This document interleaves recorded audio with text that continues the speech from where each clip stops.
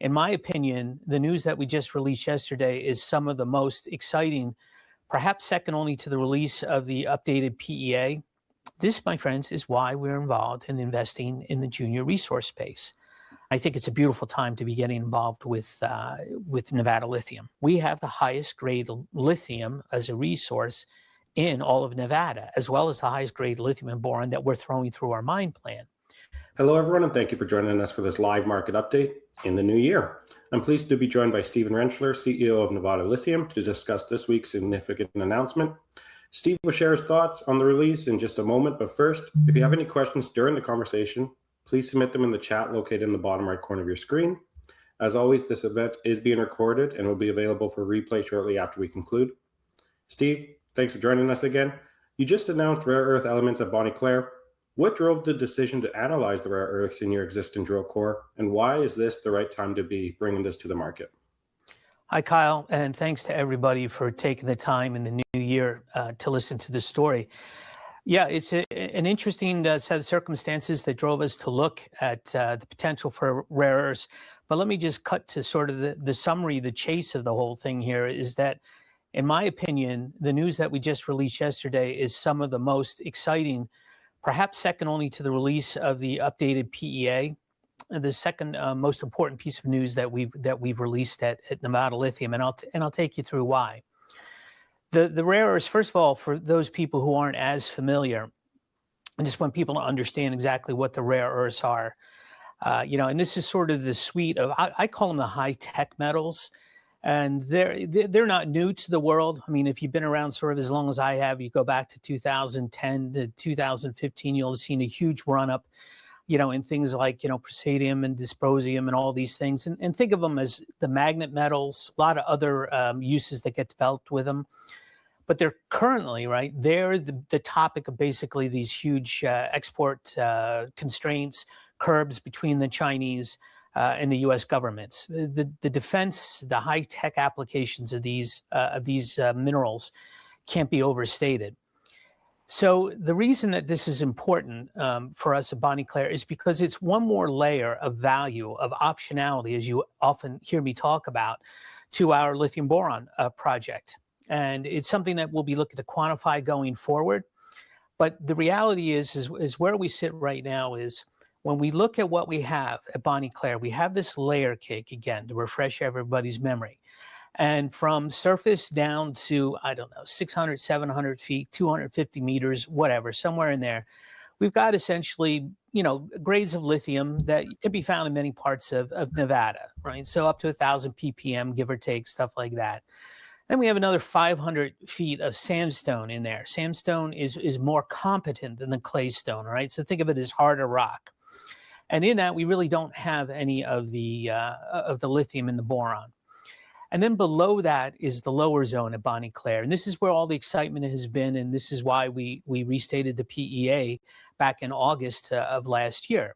Because as we go lower in that lower zone, down to basically 2,800, 3,000 feet, so close to 1,000 meters, we see higher and higher grades of lithium and boron. And associated with that, we now see rare earths. Now, these are not the same grades as what we see in the lithium and the boron. I don't want anybody to think about that, but they don't have to be. What we're seeing is measurements of, you'll see it in our press release, the total rare earth oxides of, basically 150 parts per million up to 320 parts per million, something like that. But it's averaging out around 240 ppm, 0.024%, something like that, which is comparable to what some of our peers have talked about. What's really interesting, though, here with us again, is that all of this mineralization is in exactly the same place as the high-grade lithium and boron, which we would want to take out anyway in our mine plan. So this is the kind of stuff that we essentially will get from a mining perspective for very, very little cost. Now, if we back up a month or two, we talked about finding cesium and rubidium at Bonnie Claire. Now, they are not rare earth metals. However, they are critical minerals. They're part of the newly updated critical mineral list that the U.S. government has. They're, again, very specialized in terms of the types of attributes they have. A lot of, again, defense applications, medical applications, nuclear applications, all these sorts of things. Very opaque markets in terms of pricing, actual supply and demand, et cetera. But one of these things that almost all of the critical minerals have, frankly, in common is that they're controlled essentially by the Chinese government in one form or another, either the refining or the actual sourcing of them. So these are all very, very desirable. Now, one of the differences that we have between the cesium and rubidium that we announced is that we know from preliminary analysis of our pregnant leach solution, okay, so this is where after we put the lithium and the boron mineralization into a bunch of acid, we then release lithium and the boron, and we have a bunch of other stuff still in the pregnant leach solution, and the cesium and the rubidium is there as well. Well, that means it survived the initial acid baths. We're going to obviously be looking to see about what happens to the rare earth elements in the next set of analysis that we're doing at Bonnie Claire. But for now, we're very happy to find that, in fact, we do have the rare earths at Bonnie Claire in exactly the target zone that we would be looking for the high-grade lithium and boron. Now, with it being the focus, the rare earths being clearly the focus of governments and industries around the world, this is just going to increase the appeal of Bonnie Claire for potential suitors, potential partners, all these kinds of things. I think we'll have another inflection point just in terms of technical knowledge when we see what basically the ion exchange, because that's what I think is going to be taking these minerals out of solution, when we see what the recoveries actually are. The way I want everybody to think about it is we're not going to be able to sit here and tell you, you know what, if we recovered the presidium or whatever it is, just pick one of the rare earths, it's going to add $10 to the value of the project or $1 million or whatever the deal is. We're not going to be able to do that until we are basically, completing our preliminary feasibility study. And that's just because you can't have multiple technical reports under Canadian reporting standards at one point in time. So what I'm going to ask people to do, however, is very simply just take a look at the percentages, take a look at the volume that we're going to be throwing through Bonnie Claire, which is almost 3 million tons of dirt a year, and pick whatever recovery factor you want. And what you're going to see is that there's substantial tonnages coming out from almost all of these materials. Now, they're not going to be, again, of the significance in terms of actual tonnages that, say, the boron or the lithium is, right? It's over 62,000 tons of lithium, 120,000 tons of boric acid. They're not going to be anywhere near that, but they don't have to be, right? These are the kinds of materials that industry and government are going to want to add incrementally, whatever they can get, 100 tons, 150 tons, because they're going to have to assemble these stuff from stockpiles around the world. So think of this as very high value. Basically, when I talk about these kinds of materials, I use an analog of what I'd done earlier with the car industry and lithium. What's the opportunity cost for an industry that's, I don't know, building missiles as an example, or building high power magnets or whatever, to not have these materials? And the opportunity cost, I would argue, is basically infinite. You don't have a company if you don't have them. And I think that that's going to give us additional leverage as we talk with people about getting involved with Bonnie Claire. So what do we have essentially right now at Bonnie Claire? Why am I so excited? Obviously, we have the lithium and boron, but now we have the potential to produce an entire suite of critical minerals. I don't know if there's 10 or 15 of the rare earths. When you look at them from one end to the other, they're all, of course, in the news release. But if you just want to count them as sort of one, right now, the way I'm looking at it is we can produce lithium, that's 1, boron 2, cesium 3, rubidium 4, rare earths 5. This is the kind of thing that you want to have for optionality. It's going to help in terms of, I think, getting government interest just because of scarcity of supply and security of those supply lines. And I won't be surprised at all if they actually add value when it's all said and done. After we get the calculations for what it costs to put essentially ion exchange columns in. So all of that will come out later, but please think of this as good news. I think that people are going to take notice of the fact that we now have rare earths. And we do have additional assays that we could do. This was, what we did was just to demonstrate in this one hole, I think it was 2401C, that the rare earths were present. And I will tell you that the guys originally thought that if anywhere, they were going to be in the sandstone, which would have been a bit more of an issue because we've never been basically planning to take that sandstone and put it through, basically the plant at Bonnie Claire, because that's not where the high grade lithium and boron is. This stuff is exactly where we want it. It's right in the sweet spot. So that's rare earths. I'll come back to that. And we could talk about that with Q&A, but I just wanted to move on now just to, in terms of an update, in terms of what's going on now with, I think, the lithium markets, because I think it's important, and I think people are just starting to notice. And obviously people's attention, I think, has been captured by what's going on with copper, with gold, and with silver. But I would consider what's going on with lithium to be nothing short of spectacular in terms of the, let's just say, the turnaround that we've had over the course of the past 6 months. And we started talking about this with everybody basically back in the summer as to whether or not we were seeing an inflection point because of mine shutdowns and permits being revoked and things like that. But clearly, it looks to me, when I see where lithium prices are now, and these are Asian prices, spot prices look like they're above $19,000 a ton right now. 6 months ago, they were $10,000, $12,000 a ton. If you look at my shareholders letter, I talked a little bit more about this. I mean, we're up basically over 50% over 2025, and we've just started out with an absolute roar in 2026. It strikes me as that this is all sort of the same kind of thing that's going on with the Chinese in terms of them starting to flex their muscles over more than basically, just the rare earths, and the way I look at it, the rare earths, the whole thing started back, I think it was October 23, something like that, with the gallium and the germanium export controls, that kind of stuff. I think, we found the inflection point where, and again, I'll point to this, there was a U.S. congressional report that came out that clearly identified the Chinese have been tampering with lithium prices for a while now to protect their domestic industry. But essentially, they overdid it. And to the point that, their mines were now, their primary sources of supply were not profitable enough to basically continue. So a little bit of the pressure has come off with that.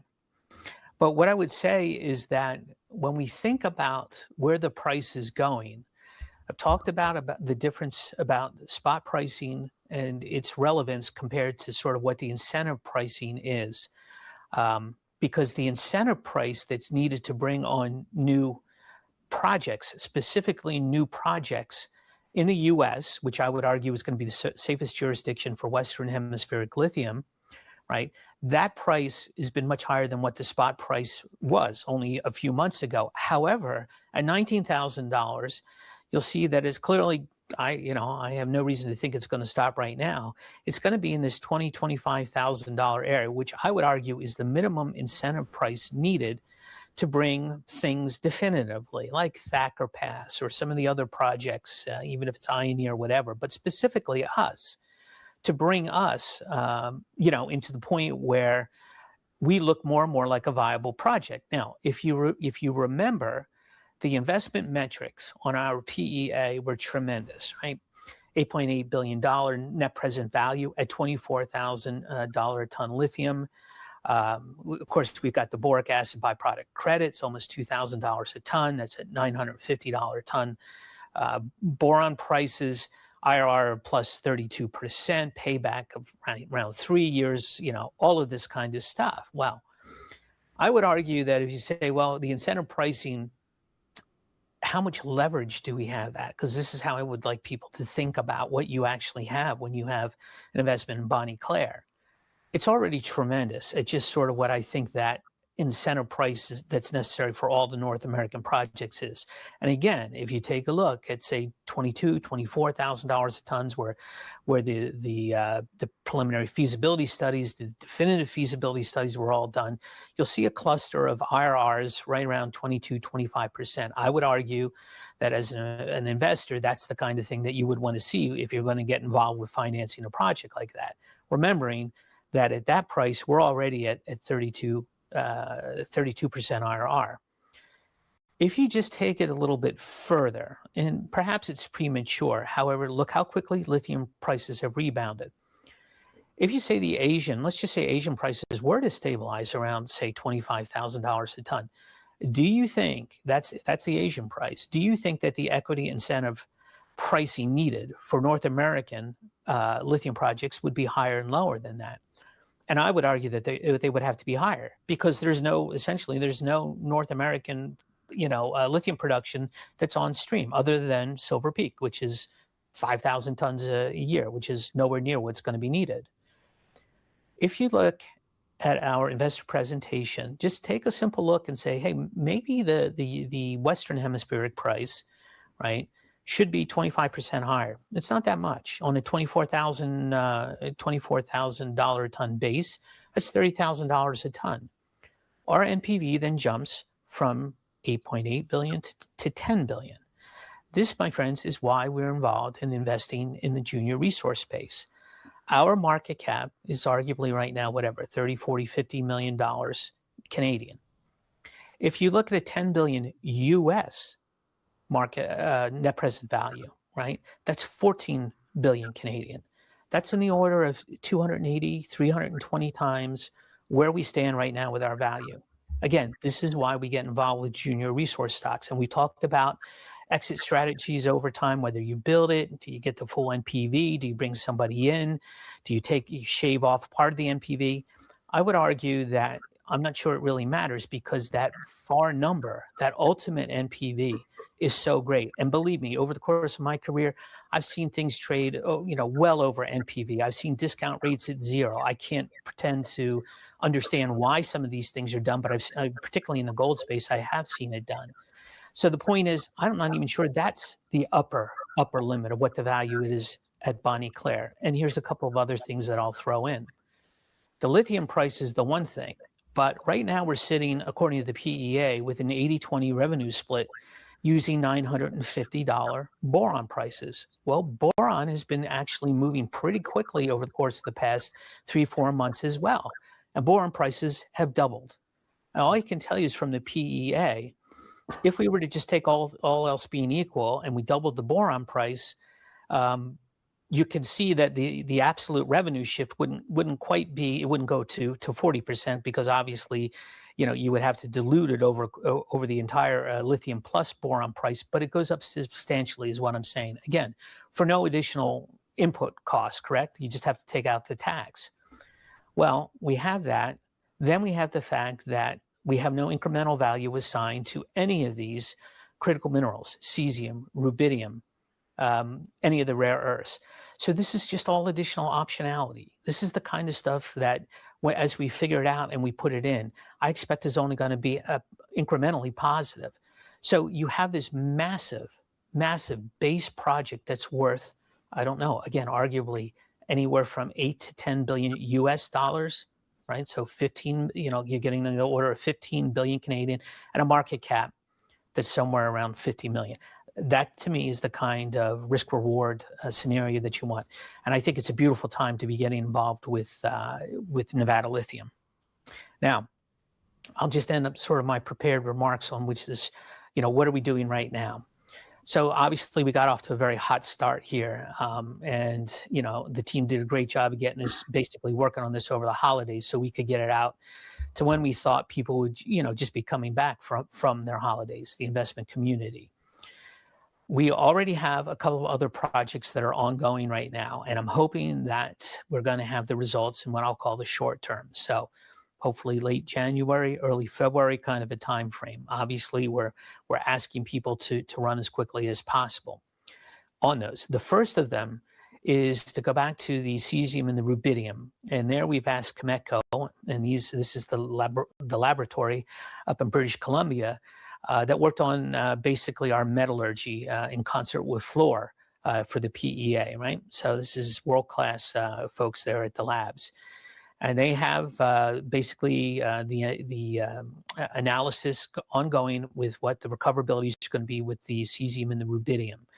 Again, if you just sort of think simplistic terms, but this is the way I need to think about it. We take the dirt out of Bonnie Claire, we hit it with acid, and then we basically have what's called a pregnant leach solution, which means the lithium and the boron is in the dissolved acid. We take out the lithium and the boron. We have a bunch of other stuff that's left, including cesium and rubidium. How do we get that out? Well, that's what Cameco is working on right now, and we'll be able to assign recoverability factors, okay, for those two critical minerals. Then, of course, it's still going to have to remain back of the napkin kind of analysis, but that's fine for now. But that's going to give us a very, very good idea of what's realistic to assume as we move forward. We're also going to ask them to look for the rest of the REEs, right, the rare earths, and see if we can't apply the same sort of analysis to them. Now, what happens is you have different ion exchange, different membranes, all these sorts of things, right? So it's not going to be one size fits all. I really don't think it's going to be that. But we're going to see about getting them started on that and try and come up with a recoverability factor on that as quickly as we can. So that's one thing. The other thing that we have going on is a study on our borehole mining technique. Again, for those who are not familiar, borehole mining is something that Cameco uses to recover uranium, and it's simply the application of high-pressure water rotating on a drill stem. So it's just a circular thing. You look at it from above, it's rotating around, and it dissolves the dirt right in your target area, okay? Turns it all to mud, you pump the mud back up, and then you put it into a plant to recover the lithium and the boron. Again, we're not trying to recover anything from a chemical standpoint at depth. We're just looking to remove the dirt. Now, the borehole mining has not been done at the depth that we propose to do it. So again, somewhere down from, 1,500 to 1,000 meters is called, to make it easy. Kinley Exploration, who did the initial analysis on this, said no problem. They had experience basically experience with Cameco, other companies that have been using the technique. Cameco is just the most well-known.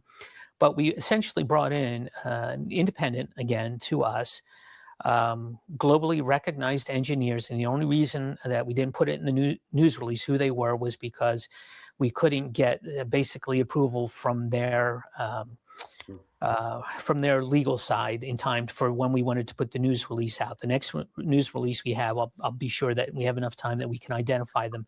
But the point is world-class outfit, okay, whose engineers, again, have experience with Cameco, Denison, other things, and other projects, other types of projects with borehole mining. And basically what we're looking at is for them to put an independent stamp of approval on the borehole mining technique. Why is that important? Well, the biggest thing that we're trying to do is see that if we can knock down the cost of a preliminary feasibility study. Now, the preliminary feasibility study that's been essentially framed out by our PEA, Preliminary Economic Assessment authors, that was GRE out of Colorado, looked for an in-field test of the borehole mining system. This is the kind of thing that would be, at least a $10 million US test. If we can get around that for the completion of pre-feasibility study, obviously it's going to be very important. It'll be important from timing. It'll be important from the point of view of less dilution.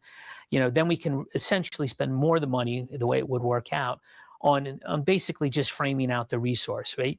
And basically increasing the geostatistical confidence in the resource, which we're already very confident about because this stuff is basically a big, it's just a big, relatively flat lane, thick carpet of high-grade lithium and boron. That's what we got going on at Bonnie Claire. So we're looking forward to the results of that study, again, late January. Maybe we get lucky a little earlier going into February. That's another thing. We also have a study that's going on that we're working with the University of Naples, with an academician who is very, very well versed with the types of deposits that, say, Thacker Pass is, and Bonnie Claire is. Now, there are differences. This is one of the reasons why this is so interesting.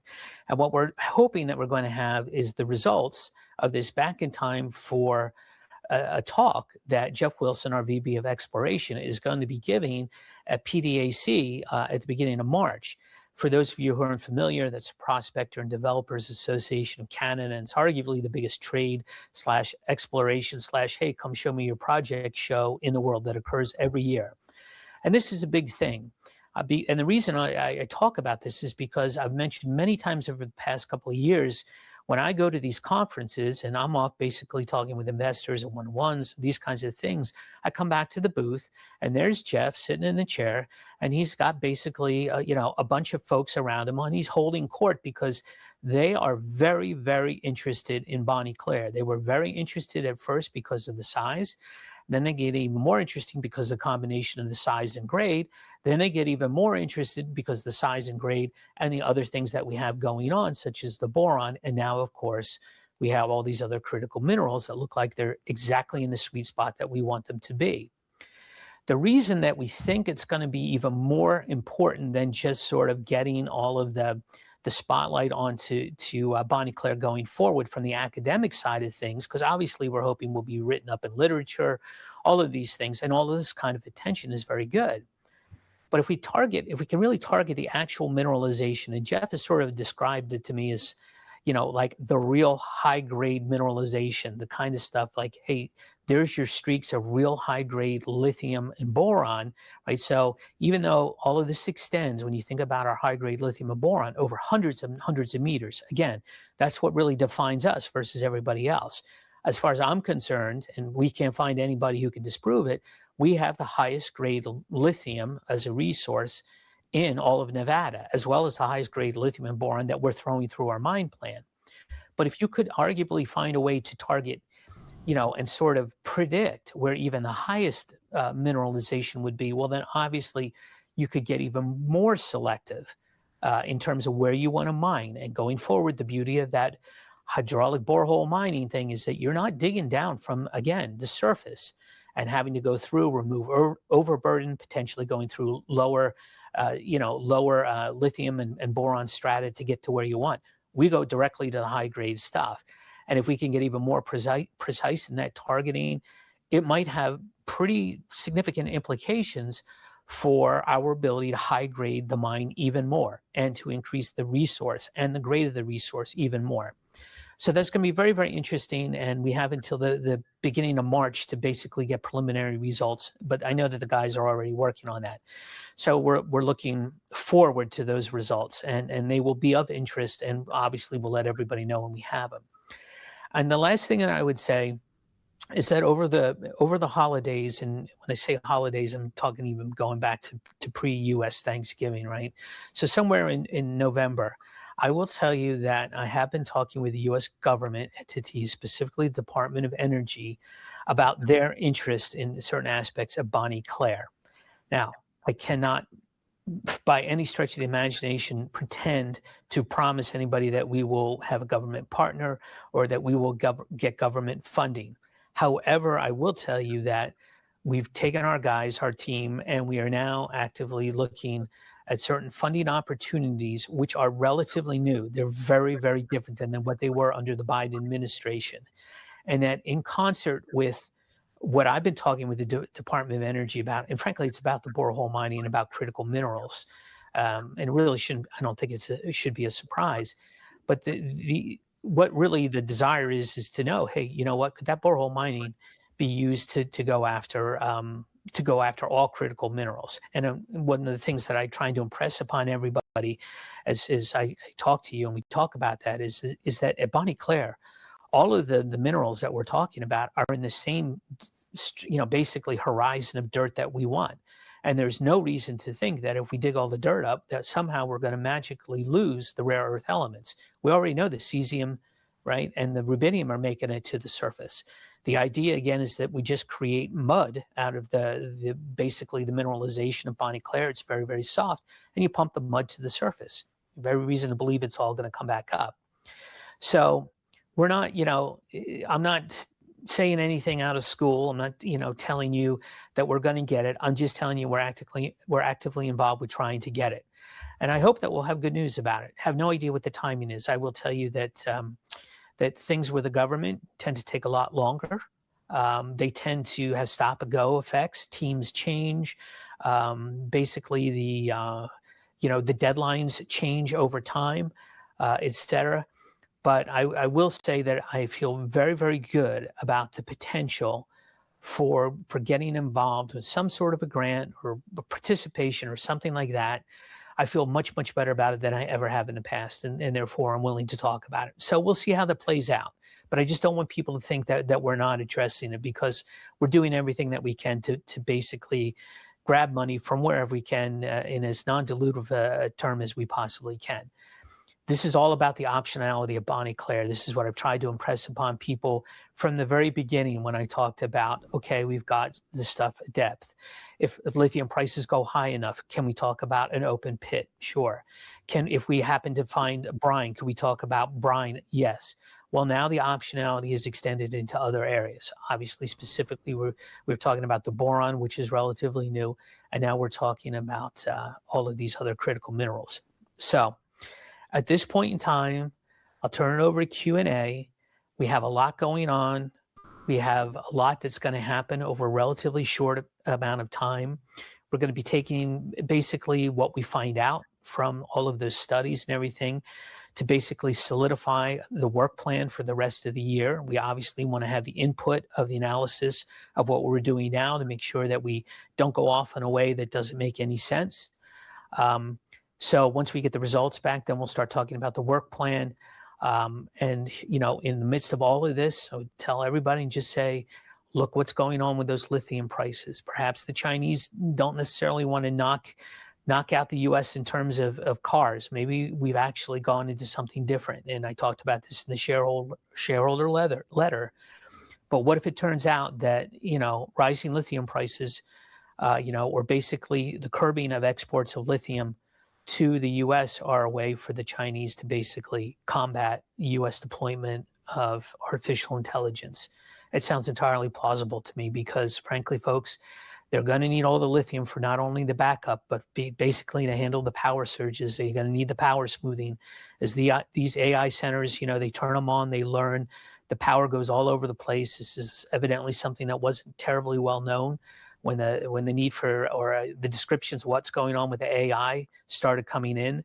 But I will tell you, in the U.S., power rates are starting to go up. People are starting to notice, just normal consumers, they're not happy about it.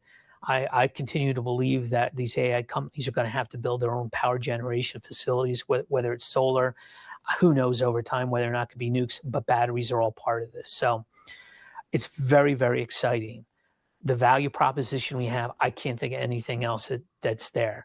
We're gonna start to be seen more. I just know it is. We're doing everything that we can to make our presence known. And so I hope that if you're not a shareholder, you become a shareholder. If you're a shareholder, I thank you. Stay the course. Think about the value proposition that we have. This is why we all get involved with junior resource stocks.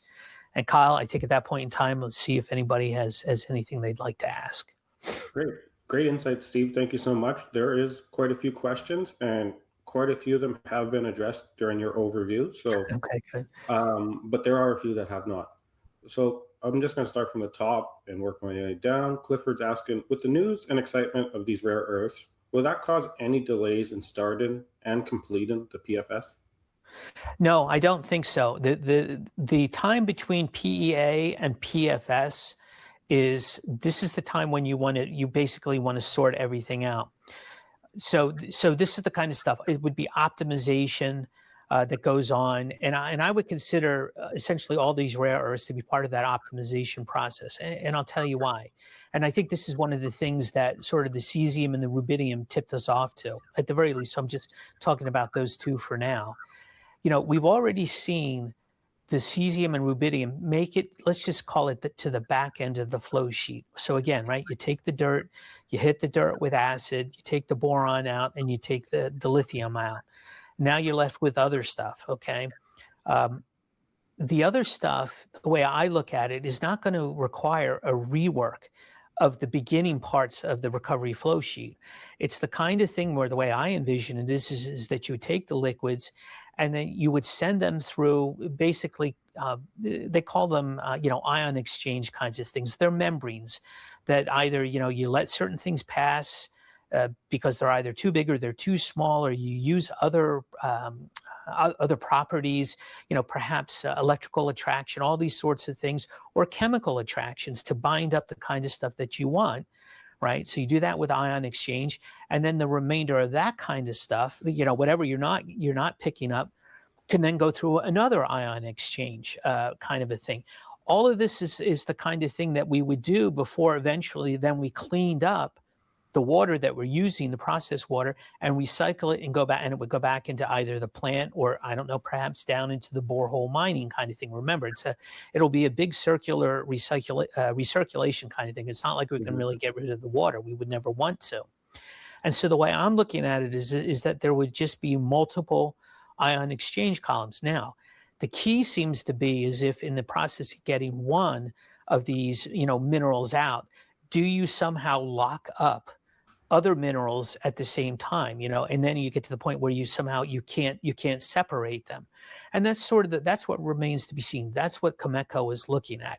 So as an example, I don't think that the cesium and rubidium are going to be locked up together, but perhaps they're going to be parts of the other rare earths that are.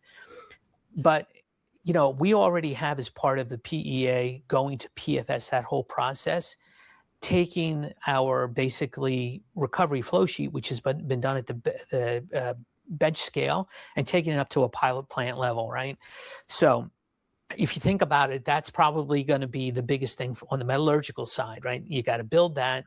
You got to go through this using bulk samples and all this kind of stuff, which of course means you need to drill. We're going to need more material, to put the tonnages through that are necessary to basically prove the metallurgy at a larger scale. So all of this to say, this is just all additive. I do not see this delaying us, frankly, in any way, these critical minerals. I will tell you one thing I forgot to talk about sort of in the update is that we continue to talk with our partners in Korea at Hydro Lithium, who've had some very interesting results. The question is how do we necessarily take the process that they're using, put it into a form that can be used under Canadian reporting standards, that can be basically shown in a way that, again, would not be able to necessarily show economics right now, because we really can't do that unless we're going to recast the PEA. We don't want to do that, but basically look at certain things that basically they've been able to do with regards to looking at more than just lithium and boron, certain things that they've been able to do with acid requirements. It's all very interesting. I can't talk about it now, but I will say that, that work is ongoing, and the technology transfer that's occurring in the lithium space right now, specifically in the lithium clay space, is tremendous. And that's another reason I'm just, I'm very, very enthusiastic about everything that we have going on now. So sorry for the length of the response, Kyle. No, it's okay. We probably have, just so you have reference, probably 8 questions and about 20 minutes. So okay, do with that as you will. Another question here: with add-in rare earth processing, could this trigger more rigorous environmental impact studies, potentially delaying the project? I don't think so, because of course we're not really doing anything different. The big environmental impact, in my opinion, always comes from your mining method, air quality, water quality, tailings, all that kind of stuff. This is just the same dirt, right, that we've taken out, again, from the very beginning, just going down to the mineralization that we want for the lithium and the boron. We know what we're going to have to do to basically, we will have to undergo the NEPA process, because this is, again, federal land, as is most of Arizona, Nevada, et cetera, and because of the size of the project. Folks, this is a world scale project, but I cannot think at this point in time, what else of any real magnitude grabbing the rare earths would take out. If I'm sure we're going to have like discarding ion exchange, membranes that can't be reused over time, things like this. But to my understanding, it's just they're not very big factors in the overall scheme of things. There's quite a few questions. With the uptick in lithium prices from 9 to 10,000 to 19,000 per ton in just a matter of months, have you been getting more calls from potential strategic investors? It's also a similar question regarding the doubling of the boron price and the rare earths. So all of this, are you getting more interest? Yes, we are. And again, this is the kind of thing where, and I've always just cautioned people about this, when you see some sort of a deal that's done in the news, understand that if they announce it on a Thursday, it's not like everybody sat down on a Wednesday, So again, I just try very, very hard to underpromise and overachieve on the things that we can control. but people are starting to take notice, yes, at the strategic level of what's going on with lithium and boron. And of course, what's going on with critical minerals, the rare earths. This just happened yesterday, but I fully expect that the interest is going to be heightened. Yes. Have you had talks with Jonathan Evans or other suitable buyers about partnerships or acquisitions of the Bonnie Claire project? Well, I would never tell you specifically who we were having talks with, but when we talk about other lithium producers, at this point in time, when you look at the statements that many of them made about where their interests are, whether or not it's, wanting to have center of gravity, say in South American brines, or say hard rocks, et cetera. Obviously, all the Australian stuff, the hard rocks in Quebec, they're looking to, obviously develop certain things like that. There are pipelines. These companies have a number of their own pipelines filled, including what I think they would consider to be some brownfields. So, I'm not going to give away who I'm talking to, who I'm not talking to. All I can say at this point in time is that with the valuation that we have, I'm not certain that this is necessarily the time that we would want to be selling anything to a strategic. That's my opinion, right? Obviously, and I'm one board member, but the point is we're really just getting going here, and we're coming in here as there's an upswing in lithium and boron prices and all the other heightened interest that we see in the critical minerals. So I wouldn't take that as a bad thing. As just we're not quite ready to sell yet. But again, to go back to the previous question, we're getting increased interest. Peter Epstein is wondering if oil and gas service companies could be helpful in the emergent borehole mining methods. Besides one or a few uranium companies in Canada, is there anyone else using borehole mining? A lot of development in BMH should happen over the next 5 years. Yeah. And obviously, so everybody knows, Peter does work for us, and I think he does very good work. He's frankly one of the few, I would say, independent analysts out there who I think understands what's going on in the lithium market going forward. So I would encourage you to follow him. But the thing is yes, the mineral sands is another project that we're looking at, that borehole mining we expect to be coming on relatively soon. This is what our consultants have told us. But the idea to me all along has been that, what you would want to do was get essentially a U.S. Land rig company involved to do this, because from the drilling, right, this is not going to be terribly difficult drilling, right? The only trick, if you want to call it a trick to it, is that you have, essentially something on the end of the drill string rather than the bit that is just basically it's garden hose on the end of it that's putting high pressure water into the system and creating mud that you're pumping back up, right? So you're not going to need like a diamond studded drill bit to get through something tremendously hard. You're not talking about going out laterally for an extended horizontal reach for a couple of kilometers, this kind of stuff. It's not any of that. I mean, you're going basically vertical. You're going right down to say 1,000 meters. You start rotating the string, you start hitting it with water, you pump it, and you start raising the drill string. And in my, to me, part of the allure, if you want to call it that, or the whole Bonnie Claire kind of a thing with the US government is that, hey, what better way to basically create economic, value for everybody if we can basically take it and extend it beyond just, the actual recovery of the minerals, but in the actual production of the minerals, which would be, I think, the U.S. land rigs who could probably do this much more effectively. It'll take a significant rig. I mean, it won't take something that's only going to go down to 1,000 feet. But the reality is a lot of these rigs are, I would argue, are going to be basically, they're going to be stacked unless there's something for them to do with, like what we have. I mean, and when you think about it, if you go back and look at our PEA and look at what is actually happening, you put a rig on one of these areas that's, basically 300-foot radius, it's going to be there for a couple of years. That's how long it's going to take to mine out just one segment of Bonnie Claire. And remember something, folks, Bonnie Claire is the size of Manhattan Island, just as a point of reference. It's bigger than Manhattan Island. And we're basically looking at, I don't know, the footprint of our mineable resources, 25%. There's a lot more to find. So yeah, we are looking at the U.S. land rig to basically participate. That's always been part of the game plan for me. Peter has a follow-up question here. And during your update or overview, you're just talking about the value proposition of Nevada Lithium. And I think this has a lot to do with it. A lot of investors fear the borehole mining risk. Is this a deal breaker risk, or is it a risk where you have to throw more money than expected at it for it to work?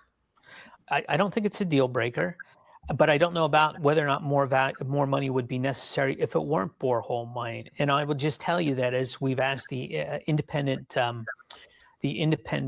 engineers, let's call them that, engineering firm, to look at this, part of it was also to talk about what alternatives might be, and there are a number of them. There's block caving, there's underground, there's all different things.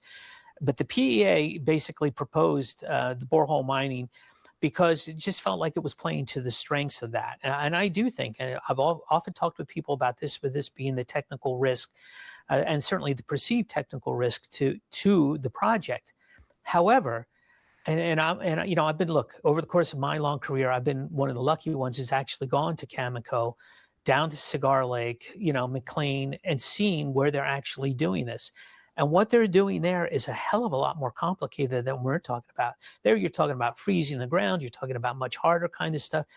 And they're going after very, very precise pods, very small areas. So the precision of what you're targeting is tremendous. Now, arguably, that's some of the highest valued ore on Earth when you're talking to 80% uranium, that kind of stuff. But we've got stuff, we're talking about a big target area. We're talking about, again, something that if you look at the proposed mine plan, one rig is sitting there essentially excavating for the course of, I don't know, a year and a half, whatever it is, over something that's a 300-foot radius. That's a big area. So sure, do I understand people's concerns about it? Yes. However, is there always a wall of worry to climb? Absolutely. I would argue when we got through, what we had found at surface at Bonnie Claire originally, remember, folks, that was an entirely different metallurgical process that was going to be used. That was calcination. It didn't work as well down in the high-grade lithium and boron. So to me, that was really the big technical hurdle, in my opinion, to overcome. And there will always be something, but I just don't think the borehole mining is going to be the problem or the concern that many people think it is. So, for what it's worth, that's my answer to that. Thank you. Mm-hmm. Jacques asking, do you have an idea about the amount or percentage of REE, rare earths, contained in dirt that will be extracted? I know you covered this during your overview, but there's been a couple of questions like that. Sure. So in the table, Jeff had put it in under, total rare earths oxides, which is the way, I guess, when you look at the entire suite of things. And if you look at those intercepts, right, so they're in percentages. I would assume that essentially you're going to see this across the other the other basically deep holes that we have, and we will do the assays. If I ballpark that and look at the averages, I don't know, it sort of looks to me like maybe it's 200 ppm, 0.02% kind of this, stuff. And, as I said, now you got to say, all right, that's what's in the dirt. And if that works out over time, and we're not gonna try to demonstrate a resource on this like independent of what's going on, because if we did that, we would have to restate the PEA and all the expense and all the time. We're not going to do this. We would expect to see this in pre-feasibility study, but essentially take a look at call it 200 ppm if you like that. Apply a recovery factor. I don't know, call it 50%. Now you're at 100 ppm. And we're looking at moving, 2.9 million tons, 3 million tons a year. I think that's what it is in the PEA, right? And you can sort of get an idea. And again, these aren't going to be high tonnages, certainly nothing like what you're seeing with the boron and lithium. But remember, the optionality, or I would say even the value from this, is that they're there, okay? And people want them. And if, it's not like you're going to be able to go and find many places where you can get 50,000 tons of, neodymium. I don't think that they exist anyway. But the point is, this is all additive. So if we're going after the other stuff and this stuff exists, and essentially the cost is de minimis, or even if there's a cost, what do you think the odds are that for somebody who this stuff is strategic, maybe it's government entity, maybe it isn't, maybe they'd foot the cost for the incremental cost for doing this at the very least. So, that's the way I look at it. The tonnages may not be big, but the thing is that it is additional tonnage, and that's what's important. That's the way I would look at it. Excellent answer. I think we have one more question here, and then we can wrap up. What are the next 2 concrete milestones investors should watch to validate the boron opportunity? What does success look like for shareholders over the next 12 months? And how does this boron change the trajectory? And I'm just going to leave that as the closing remarks, so feel free to answer, and we'll close things off after this question. Okay. So the way I'm interpreting, so it's the boron, if they're asking specifically just about the boron, as opposed to the lithium boron, I would say that the next thing that we're going to be looking at with regards to the boron would come out over the course of the pre-feasibility study, and it would have to do with the recovery. And the reason is because in the PEA, we are looking at recovering, I think it was 48% of the boron. And that decision was made because at that point in time, whether or not the incremental cost to go after more of the boron would essentially be worth it. Okay. Whether additional acid consumption, the facilities that you would need, all of this kind of stuff. Now, given that, boron prices they've doubled since then. And, I remember telling people too, when we came out with the PEA, that we were very conservative at that point in time, because some of our competitors / colleagues who had boron had used much, much higher prices than even what we're seeing right now. Would I be comfortable taking up the boron price if things continue? Absolutely, as we go into PFS. But this is still a lithium first, project. This is what I would, in the midst of all this good news, in the midst of all this additional optionality that I'm presenting to you, please understand that still we're lithium first. If boron has doubled, that's great. Like I said, I don't think we're going to 20% of the revenue, or 20% to 40% of the revenue. Maybe it goes to 30%. But again, if you think about it, if 950 boron takes out $2,000 of cost on the lithium, I'd assume that essentially another 950, say we go to 1900, takes another $2,000 off it. Now we're first quartile, right? And I would say that the lithium projects in Nevada, you're in my opinion, you're never going to see them directly compete with, say, the salars, in terms of cost, say in South America. Now, there's all other things that you need to consider in terms of mining jurisdiction, security of your investment, all these sorts of things, threats of nationalism, et cetera. But, obviously the boron is a big thing. And I think that if we can increase, again, the recovery on top of the increase in rising prices, you're going to see that all manifest itself in the PFS. If we hit stuff at the pilot level and it looks like we have a significant increase in the recovery, would that be worthy of a news release? Yes. But again, to quantify it, you would basically have to go and you'd have to do your own calculations. We'd be doing more back of the envelope stuff. That's the way I would look at the boron. So if that's the last question, and I basically used up my time, just let me wrap it up with, saying, Kyle, is that it, or do you have one more? No, that's it for questions. So feel free to wrap up. Thank you. Okay, so I'll just wrap up and saying, look, thanks again to everybody. I know that this kind of stuff gets really convoluted, but what the picture I'm trying to paint for you is that we're basically just layering on one piece of value over top of another, over top of another. We're doing this as quickly as we can. We're doing this as rationally as we can. I think the results, if you look back over the course of the past year, have been tremendous, and I think that obviously the centerpiece of everything that we have at Bonnie Claire is that preliminary economic assessment, which was done at lithium prices, which frankly are not too far away all of a sudden from where we are now. And that when I think you look logically at what it's going to take to bring global supply up to meet global demand, particularly in a world, again, of bifurcated supply, which means China, non-China, in a world where clearly we have scarcity of supply that's worth something, what are basically long-term lithium prices going to look like? And all of a sudden, folks, you're not back at where you had $9,000, $10,000, $12,000 spot, and people are saying, well, it's never going to work at that. Well, of course it was never going to work at that. The point was those spot prices were never real. They're not indicative of what's needed. So if you believe in the EVs, if you believe that Chinese EVs are essentially going to get to the US in one form or another, or at least the technology from these EVs is going to get to the US in one form or another with JVs of US auto manufacturers, and that global demand is going to be somewhere around 3 million tons, and that the global shortage is going to be considerable starting very, very quickly.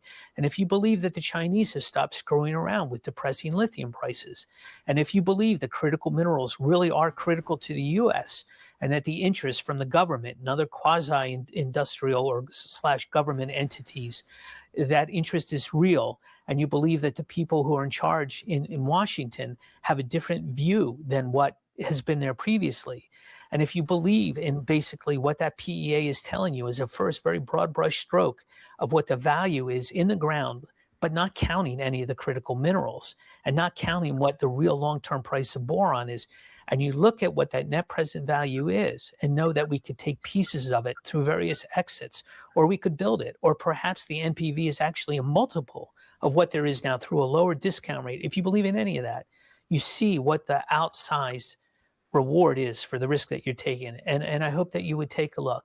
And I thank you all for your support. And I know it's stunk to be a lithium investor for the past year and a half, but I think it's getting better. I think the light at the end of the tunnel is not an oncoming train. And I thank you for your time again. And they're all ended. And we thank you for yours. It was a great update. And thank you everyone for submitting questions. If you came in a little late, the replay will be ready within the next couple of hours or so. So stay tuned for that. Steve, thank you again. Looking forward to the next update. Thanks, Kyle. Thanks, everybody.